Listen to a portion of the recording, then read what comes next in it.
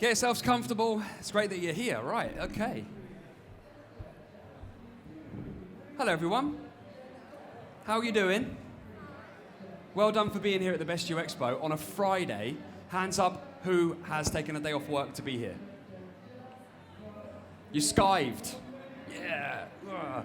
Well, give yourselves a little pat on the back for being here on a Friday, taking work off, because what that means is you've invested some time and energy in improving yourself. So literally, go on, don't be shy. And the reason you're doing that now is because the more stuff like that we do, the more comfortable it's going to be for you when I say, who in here has got a question that they would like to ask about how I can help them with their business? Because this, today, is all about how I can best serve you. So what I've done with that, and being here, standing here in front of this that says, how to build a six-figure coaching and speaking business in 12 months, I will share with you what I believe to be the most important and the key plays that have changed the game for me in a year. And then I'm going to ask what questions you have to ask me. Those questions could be based on something I've already said, or it could be that burning question that no one else might tell you at this event. What I don't want to do today is just talk to you for 45 minutes, well, talk at you for 45 minutes, because there's probably some other people that might do that. So I'm here to help you out. I'm here to serve you the best I can, all right? Is that fair? Yeah? Good. I see some of you making notes already. I don't know what part of that was useful, but thank you anyway. All right, how does this, right, cool. So that picture there is me. That picture was taken in 2012. Raise your hand if you're in this room and you are currently operating as a coach, speaker, or person who gives advice. Raise them up high so I can see. It's quite difficult. Great. Those of you that didn't raise your hands, let's break the ice right away. You thought, oh, I'll play it safe by not raising my hand. Uh-oh. Who in here would like to share what they do and what they think what they are going to learn from me talking about this, if you're not already doing that? Yes. Microphone. Hi.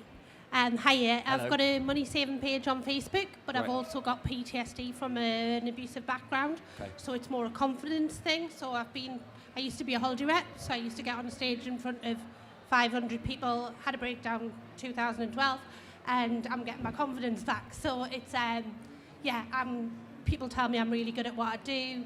My Facebook page is getting really popular, but it's taking it to the next level All where right. I'm actually getting money for what All I right. actually do. Well, thank you very much for sharing. Round of applause for sharing, please.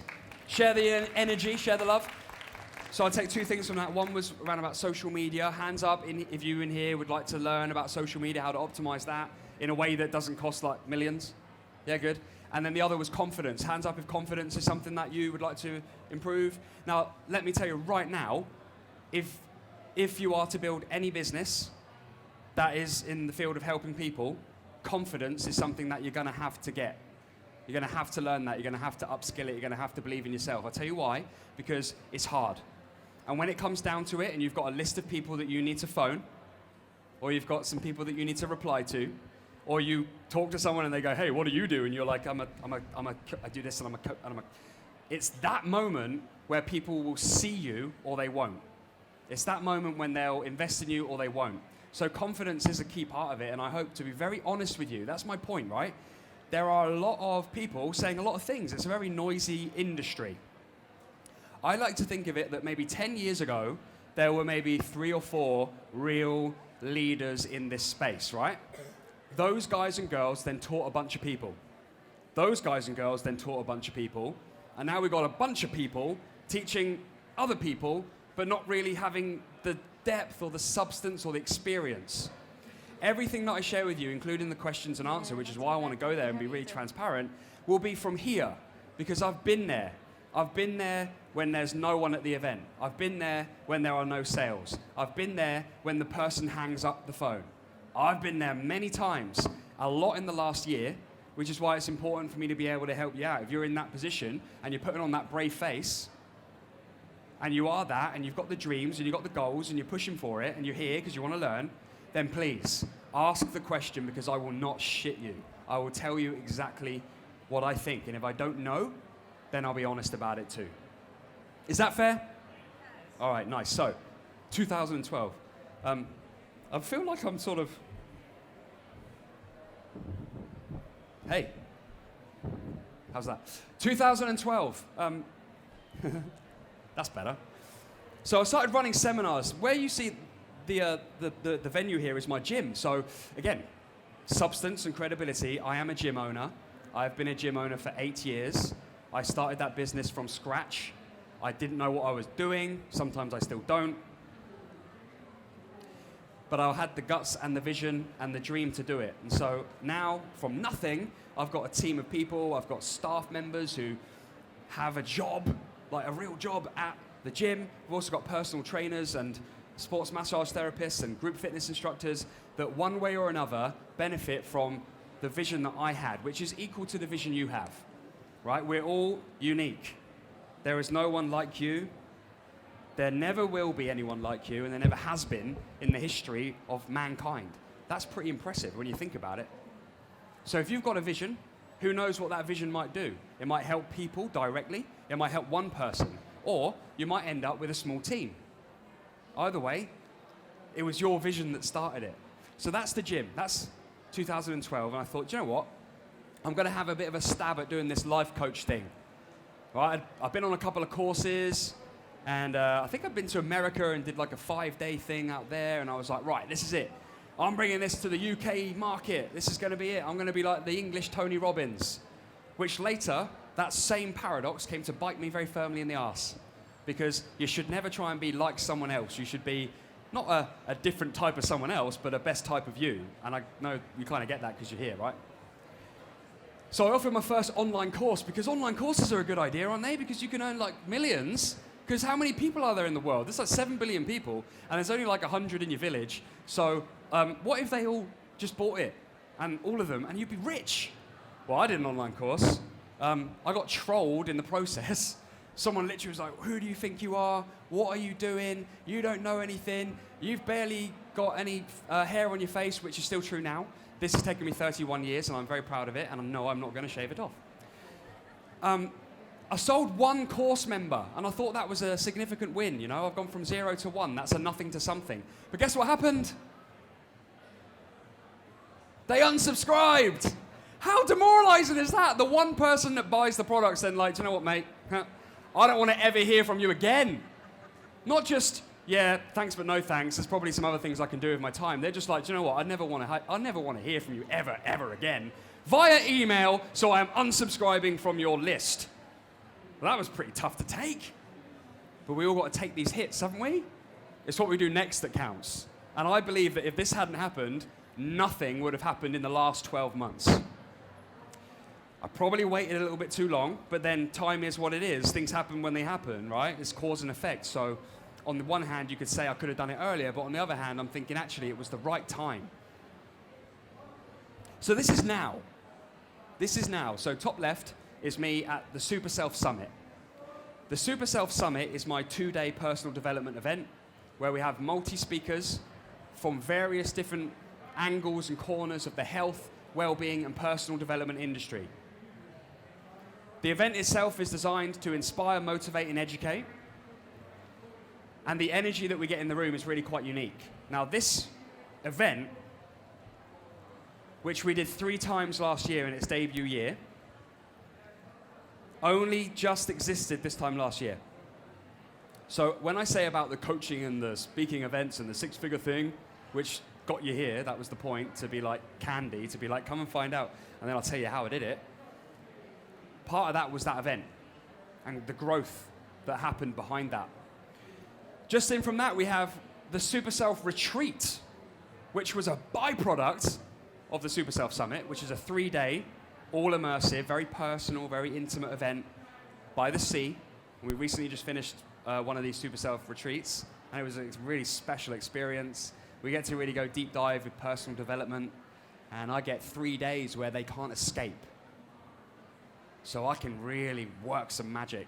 It doesn't always come, if you ask them what it was, they wouldn't say it was magic. They said it's like probably more like interrogation or some kind of negative word, but actually you need to go to the bad bit to get the good bit. And I know some of you know that because you're here, right? Oh, hold on. The reason I put the top right picture is because I got paid to be compere at an event. Because I was actively speaking, and because I was putting that out there, I was then asked to do the whole, and now, ladies and gentlemen, put your hands together for our official guest of honor. I had to do that, and it was cool because that was off the back end of being a speaker. A lot of people think that to earn money as a speaker, you've got to be able to do like the big thing. You don't. You don't have to do the big thing. You can do lots of other things too. You know, doing gala balls, doing book launches, stuff like that. People like to be able to trust someone that they know is going to articulate the way that they want them to. I recognize you. We'll talk later. I recognize you from somewhere. So that's one interesting part that happened and can happen for you guys too. The bottom left is my book, which I released a month ago. Took me 10 months to write, but it was 10 years in the making. It's called Back Yourself. And it's mainly about your personal development journey, but there's a little bit of the business stuff in there too, from some of the back, like early years of being in business, being quite young as well, not being taken seriously. Here is another example of speaking at an event and being paid to do so. Because as you build a reputation and you build an audience, other people take notice and opportunities can occur as a result of having a presence. And we'll talk a little bit about social media and how that works today. And then on the right there, the podcast. The first podcast was in 2013. I did it for a little bit, then I pulled it. I took it off. Then I made another one. And I did it for a little bit, and guess what? I pulled it off again. I took it off. And then I did another one around about this time last year, and I was like, nope, that's it. I'm going to be who I am. And I called it the Super Self Podcast, and I started it, and then I got to a point where I was like, do you know what? I'm not actually truly being that person, so I just need to get over myself and call it Tommy G Talks, to be able to talk about anything that I find interesting, which means I can now interview some really interesting people. It means that I can go into different topic areas, which I'm very passionate about. But really what it means is I stepped outside of my little box. People like to understand and they like to label things. And I think as soon as you start labeling yourself, you restrict yourself. So the freedom to create is the ultimate level of our unique greatness. When we're able to create and we're able to express ourselves and our unique talents, gifts, art, guess what? It's more interesting. Will everybody listen? No, get over it. There's empty seats in here. I don't take offense to it. Right? You guys are here, and I hope you think, you know what? I'm in the right place. Not, who's this guy? I'm stuck here now. I can't leave. I'm too embarrassed to leave. But it's important to be able to give yourself that freedom. And sometimes, and you'll see it and you'll feel it in here. As you're walking around and you're talking to people, and you're like, what are you doing? They're like, oh, this. And you feel it. When you say it, I fucking know this because I did it myself. Yeah, I swore. But you're saying, yeah, I'm a coach and I free people up and I make them see life and I invigorate people and I do this but it's not about mindset, it's about this, it's about that, and you're trying to justify it. All they did was say, tell me about what you do. I'll start changing it. I'm like, I avoid pigeons, for example. So freedom's really important, freedom to speak. So this was last year, this was this exact event. And I like this because it kind of sums up what I'm saying. So I didn't really have a lot of an audience, much of an audience in terms of offline or online, but I believed in what I was doing and I wanted to share it with people because of that same reason. So we had the talk filmed, and it was filmed by a guy that now is my videographer, but at the time was just a video student. I said, look, can you just come with me to London, just film me for a bit?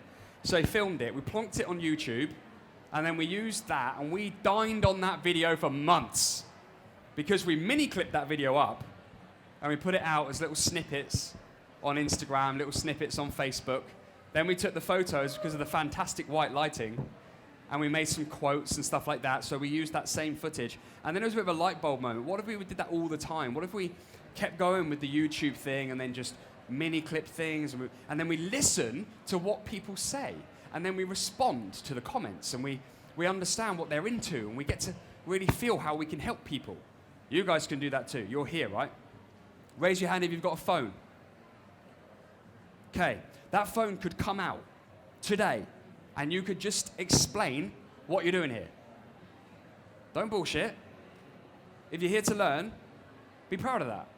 If you're here to upskill, be proud of that. If you're here to invest in yourself, be proud of that.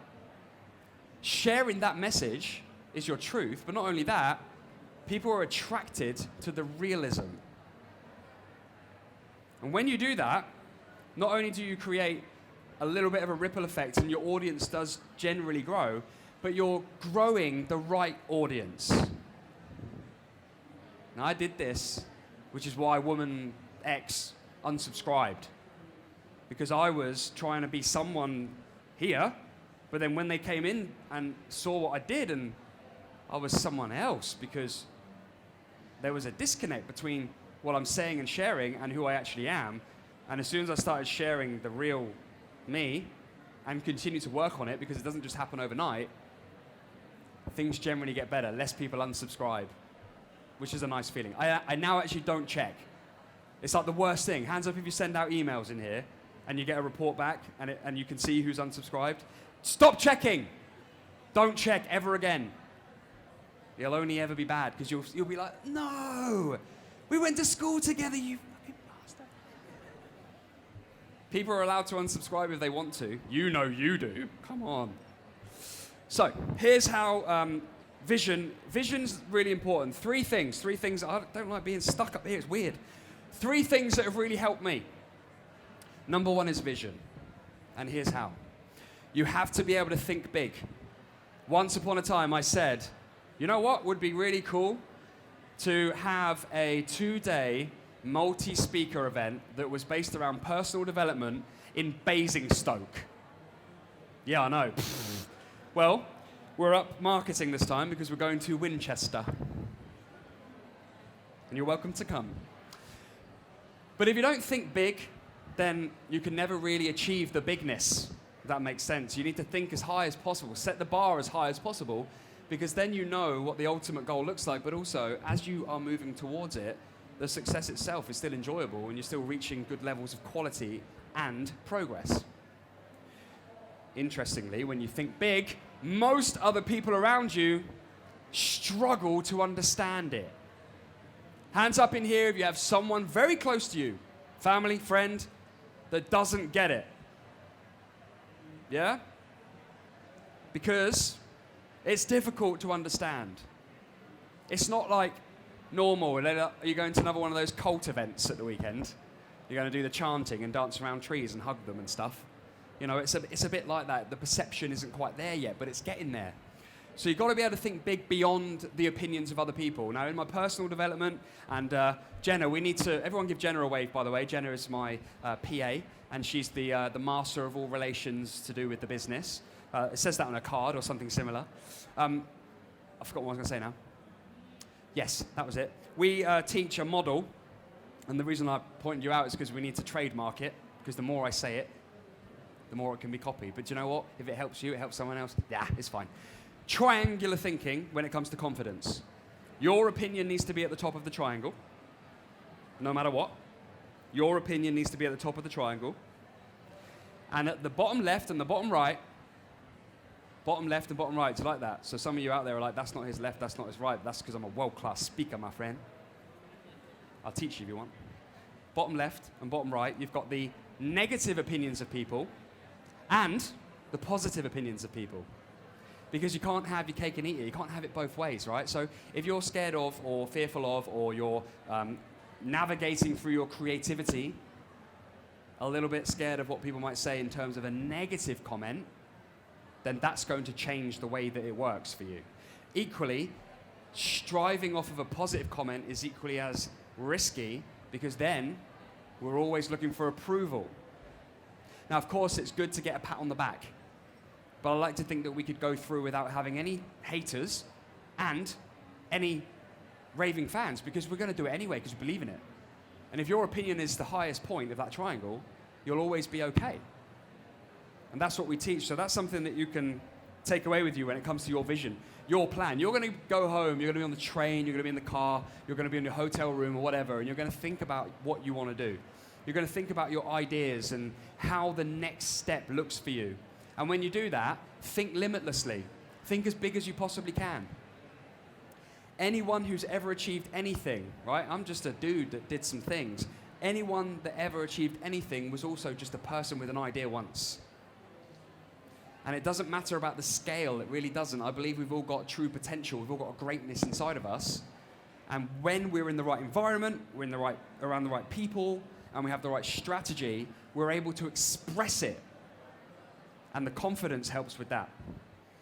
Sharing your vision with the people who are most important to you in your life is essential.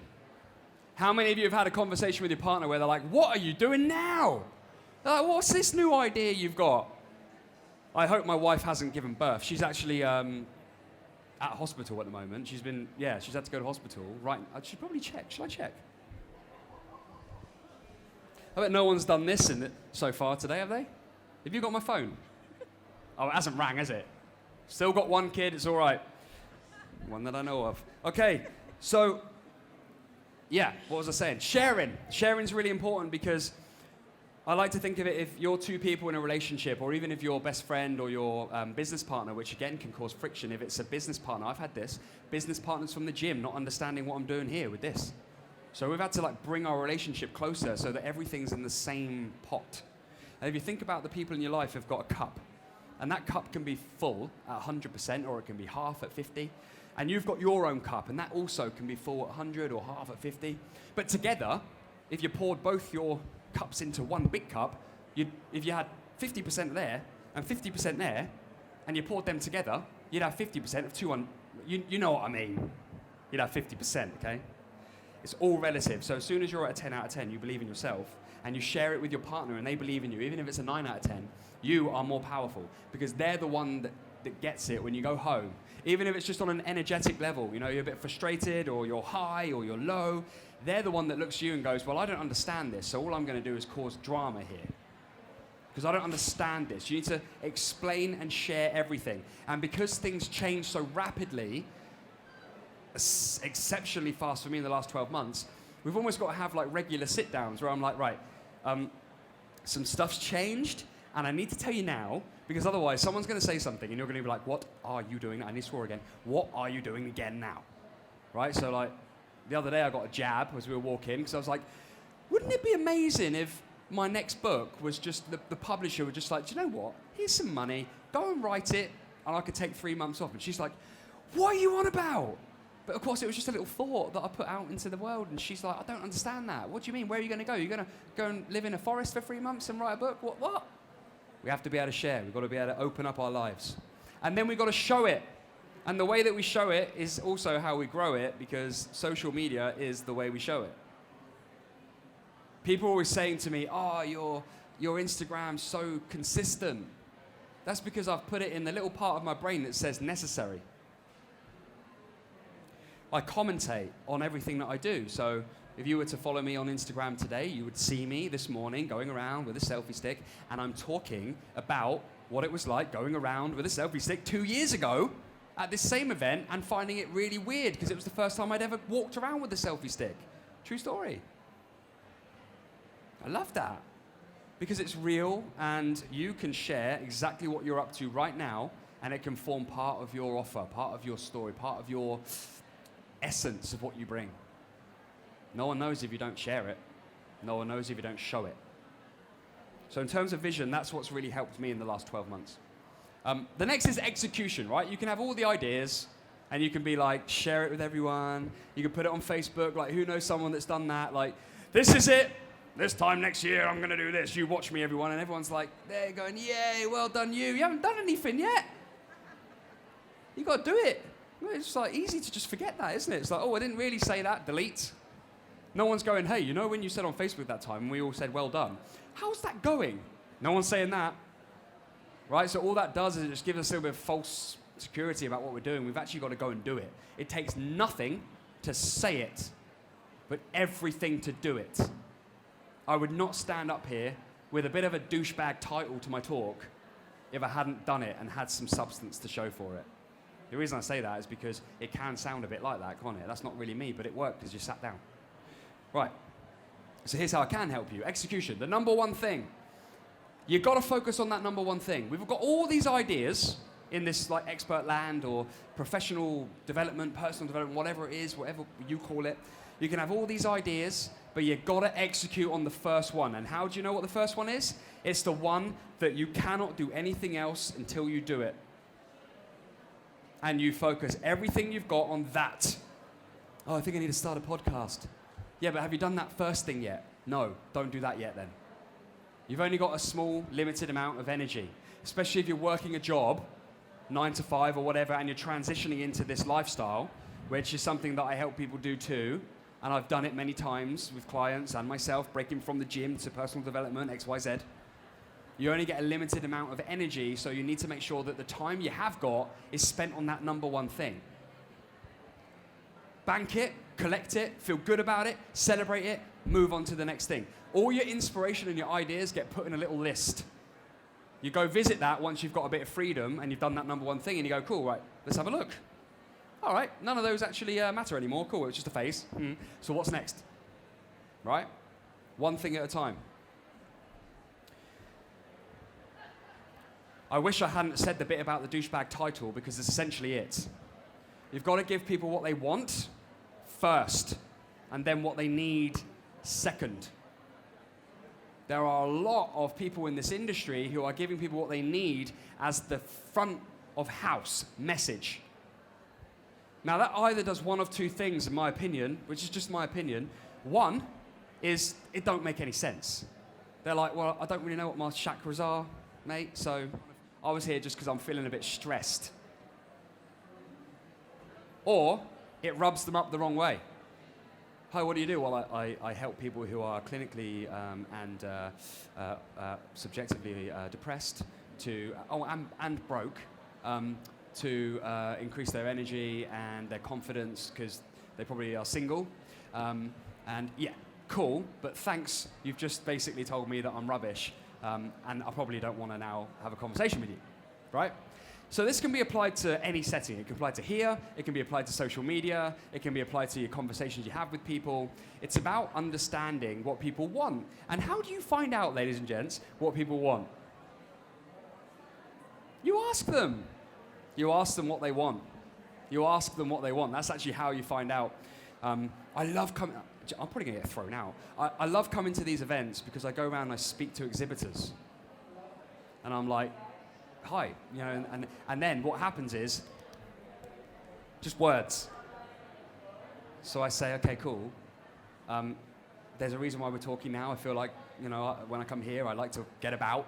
I like to talk to people, and I think there's something I can help you with. What's one question you could ask every person that you see in here today that would help you understand them? Oh my God. I could ask them how they slept last night.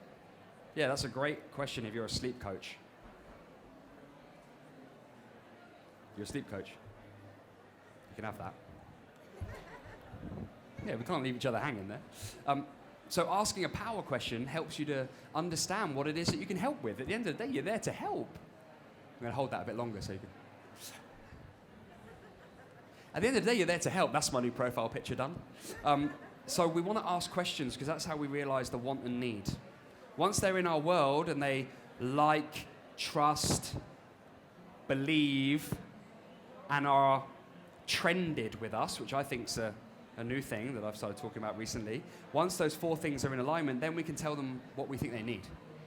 We're like, do you know what? You and I have been talking for a while now.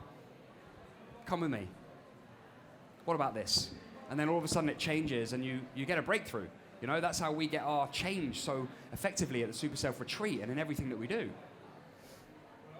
Oh yeah, you got to work your ass off as well because it's really tough. Anything, success is not luck. Success is not by chance, ever. It's never, ever by chance. It has to be a result of hard work and opportunity. If anyone ever says that someone else is lucky, they will tell you otherwise. Luck is the collision of hard work and opportunity. Write that one down, Jenna. That's going on a quote. Probably with that photo. It's all about maximizing your time, ladies and gents. Hard work is essential. So how does that show up for you, right? All right, you haven't got any time. Cool. What are you doing in your life that isn't serving you? Because there's your time. There's your time. How could you share a little bit more of what you're doing so that you can give yourself a bit more freedom? There's your time. How can you do a little bit more to be productive? How can you change your environment, your workspace? Is it cluttered? Are you trying to find things all the time? How could you streamline the process? Good questions to ask yourself, especially if you're lacking time or you feel like you're lacking time. You've got to be able to work your ass off so that if you are filling an event, hands up here who runs events now, currently offers events as part of what they do. Hands up who would like to. Great. When it comes to it, guys, and for yourself, it is this little, not this little thing, but the phone, when you've got to make that call, and you might get told to do one, you might get hung up on, that's when you got to make the call. That's when you got to put everything else out the way of your mind right in that moment and go, I got to do this because. And the because is always and should always be connected to your deeper, more meaningful reason for doing what you're doing, right? So the things that really touches you, the part of it that really resonates with you on a heart level or a soul level, that bit connected to I need to ring that person makes the world of difference. Now I appreciate we're half an hour in. I was supposed to say this at the beginning as a bit of a disclaimer. Am I going to be able to help you build a 6-figure coaching and speaking and events business in 12 months? In 45 minutes? Probably not. Probably not.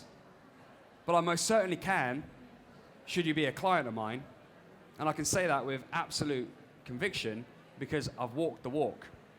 And I know how to do it. And also, even if that doesn't happen, social media and being someone who watches and consumes and gets ideas from others, so shameless plug to follow me on social media, would benefit you if this is something that you want to do. I've got no other way of doing it. It's how I work with clients. I work one-to-one, I work in groups.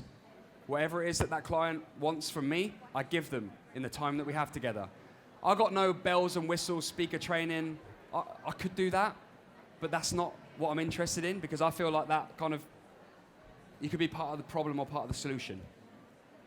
I'm going, right, if you're serious, I won't give you fluff. I'll tell you exactly, A, what I did, how I did it, but also what you need to do and what you should do based on your own vision, pushing that fear out the way, getting out your own way in a sense, and making it happen because it's competitive and it's getting more and more competitive.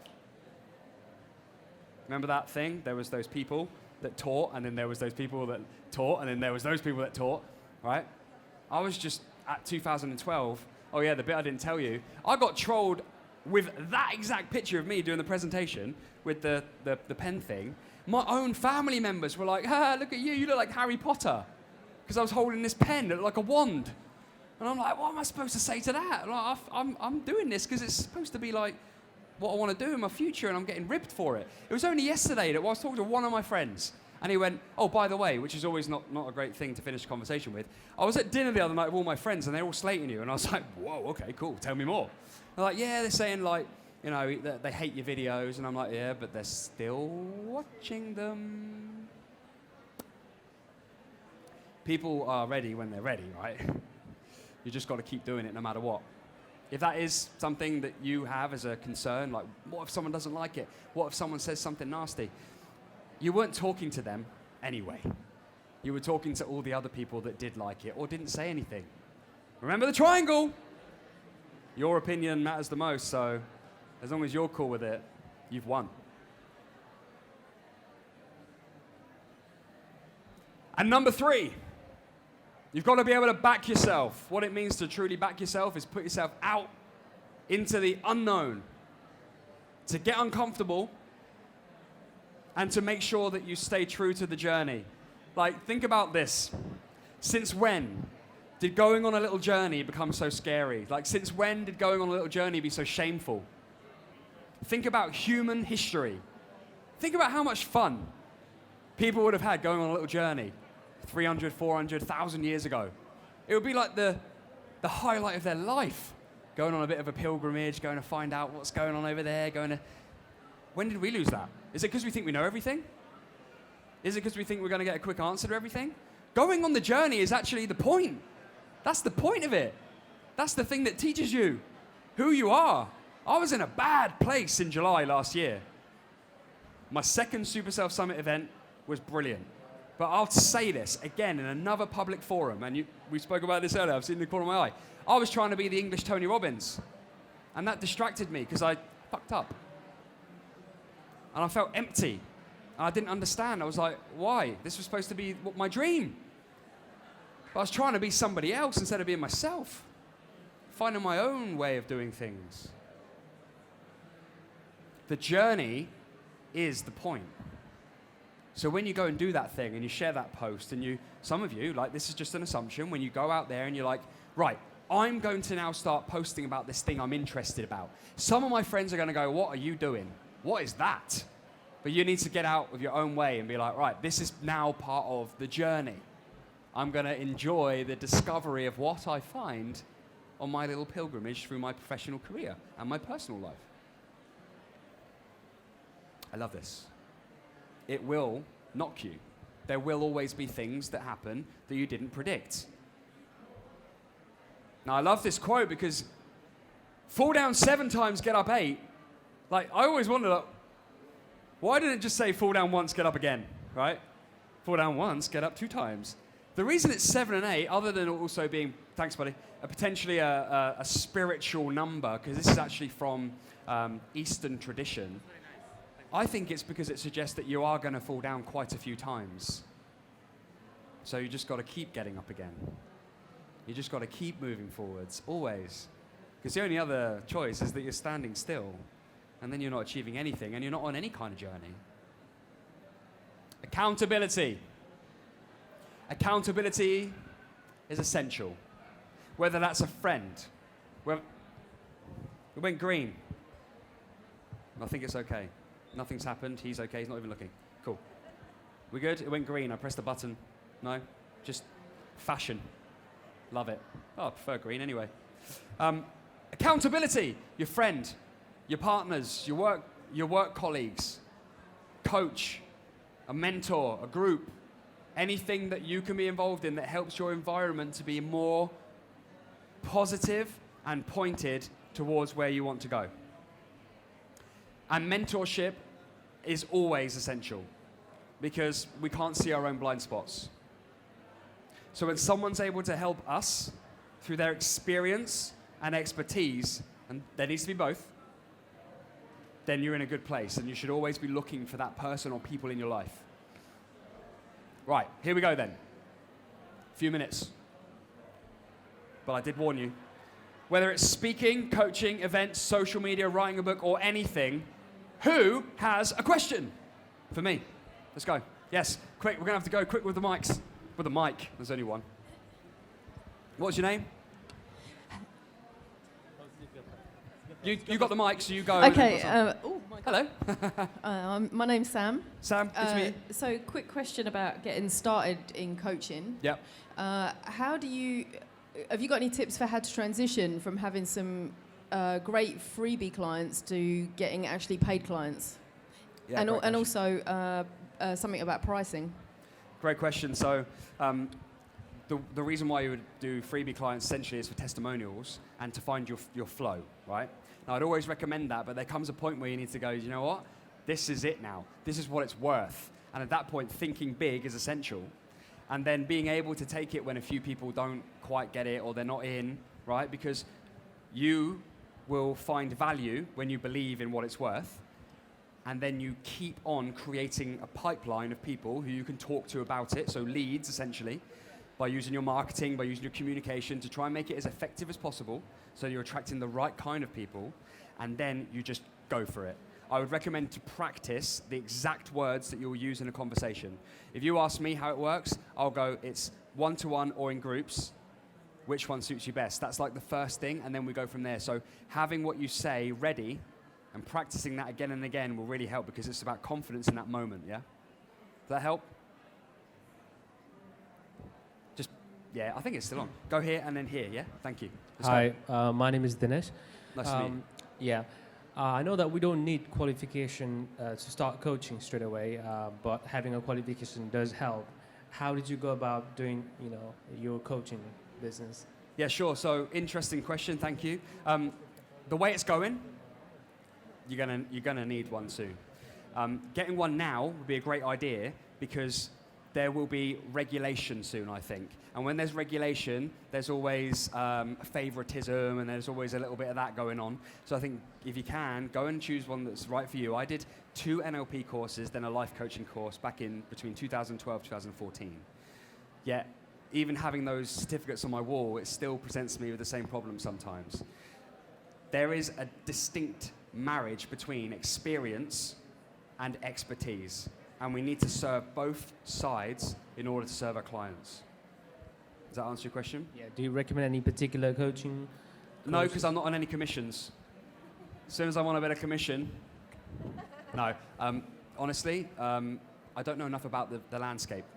I'm not in the market to look, so I wouldn't be able to help you with that. But what I would recommend you do is to just go around and in conversations with people, if they've done coaching courses, just out of curiosity, who did you do your course with? Right? And start to get a bit of an idea as to how it looks for you. Thanks for your question. Thank you. Let's go. Then we'll go to you, sir, yeah? Yes, I'm Alex. I'm a classical musician. Oh, very cool. Nice to meet you. Yeah, and I just wanted to find out, when you wrote your book, did you get an advance? And did you get a publisher first? Or did you just... What do you think, if you had to guess? No. I self-published, Right. but I self-published with a game plan. So I self-published with a publisher called Balboa Press. Balboa Press are a division of Hay House.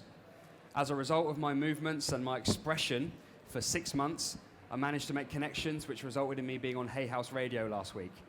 So my game plan is for them to come and pay me to be one of their authors, which I've now said for the record, and go and live in a treehouse for 3 months as I write it. But there needs to be, so there are options for self-publishing, but it needs to make sense for you in your vision. So find publishers that work for you, that you maybe know some of the authors. So then you can say, hey, look, I'm using the same, let's do a podcast together, or let's do a publicity thing together, you know? That is smart, because if you just go out there and you go, I want to get published, and you Google it and you go with the first one, I've been bitten by this before. I used a self-publisher for 2 books, and they were rubbish, and one of them, no, like the publisher, not the book. Book was amazing, of course. One of them told me I sold 1 copy. Now, I'm not being funny, but I bought one and my mum bought one. So what's going on there? Because there's definitely 2 copies sold, right? So you never know what's going on. So make sure it's a legit one, and make sure that you do a bit of research in terms of how it fits in with your plan. All right? Let's go for Sir, and then we'll go one more, and then anyone else who has any other questions, I'm on stall A3 for the 2 days, and I want to speak to you, because standing there on your own is boring. Yes? Thank you. First, thank you for your speech. I really appreciate it.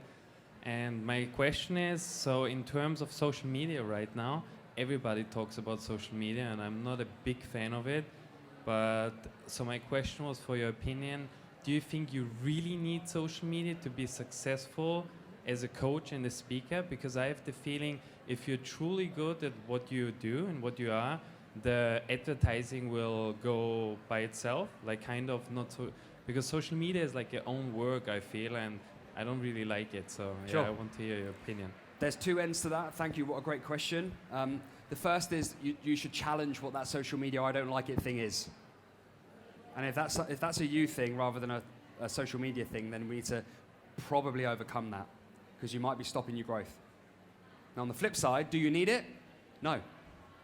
What you don't want to do is be sat in your room on your own going, why didn't anyone want to work with me?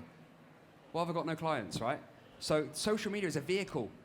And it's a fantastic vehicle because of the scale of it. You can connect with so many people with ease. You could be sat in your pants in your room, connecting with people on Instagram. I obviously wouldn't recommend that, just in case.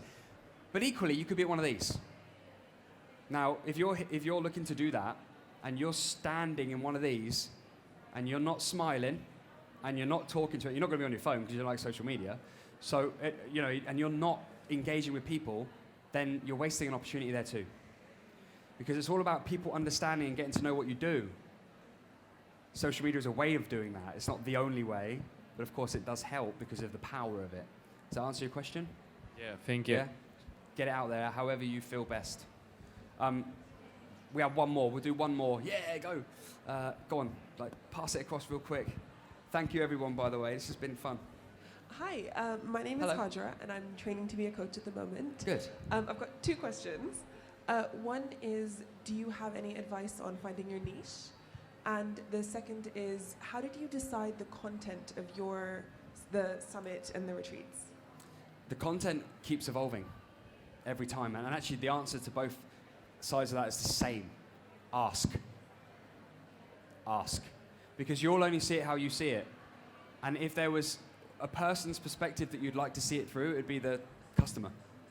So by asking the social media, by doing polls, on Instagram, by doing Facebook posts, doing little videos, you can gather information about what people want from you, what they like, what they connect with, what their favorite parts are, okay? With regards to the event, it's the same thing. I came off the back of the last Super Self Summit and made some little tweaks. Because of the retreat, we don't need to go as deep in the Super Self Summit anymore, so we can keep it quite surface level, and the retreat does that because it's a safer environment. Because some of the feedback was, I felt like I left after day 2 and I was a bit lost, right? So you listen to the feedback and you ask, and that's how. Make sense?